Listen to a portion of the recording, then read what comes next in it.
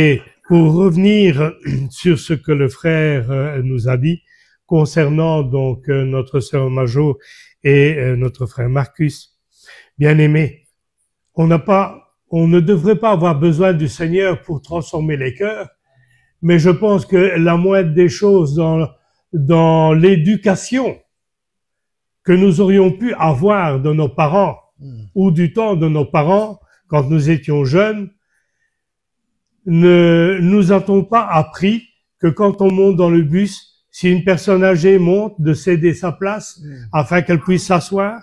Si une femme enceinte est là, même une personne âgée donnerait sa place pour que la personne enceinte puisse s'asseoir. Bien aimé, ce n'est pas un miracle de Dieu que nous devons attendre, mais c'est de mettre en pratique l'éducation que nous avons reçue.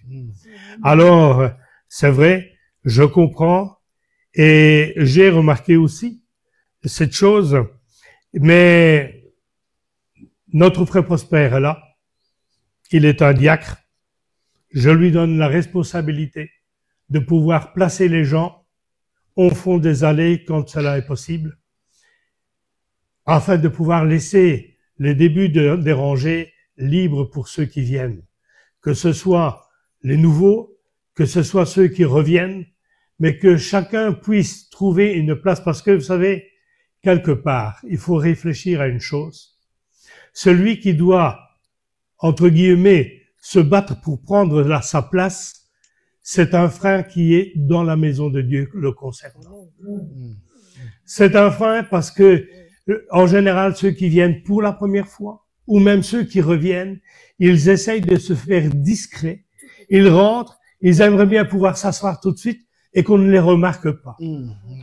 Alors que quand ils doivent être là, attendre au début de l'allée, devoir attendre que l'un ou l'autre cède la place ou même recule, c'est une chose incompréhensible et inadmissible. Alors, bien aimés, nous savons que notre Dieu est un Dieu d'ordre. L'ordre doit être dans sa maison. Amen. Et l'ordre commence par cette chose importante de pouvoir céder la place sans même que le frère même ne doive intervenir.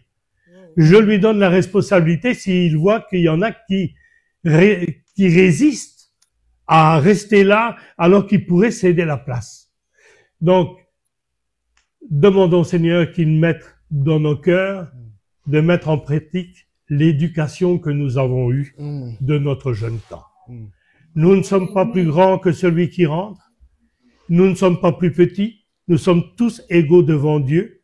Mais si je suis égaux avec celui qui rentre, ma joie de pouvoir l'avoir et de pouvoir même lui céder ma place, afin que même je puisse aller dans une place qui m'est peut-être moins favorable. Parce que vous savez, je suis là, je sais que tout le monde essaye de se mettre de façon à ce qu'on puisse me voir, je sais.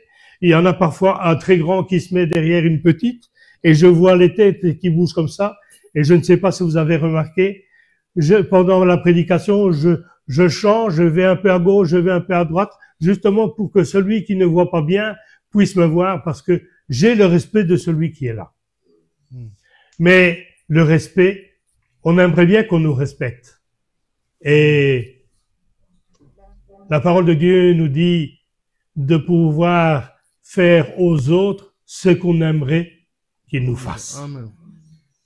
Retenons cela. C'est pas moi qui le dis, c'est la parole. Si nous disons aimer Dieu, nous aimons sa parole, et sa parole doit être vivante dans nos cœurs et dans nos vies. Amen. Que le Seigneur nous bénisse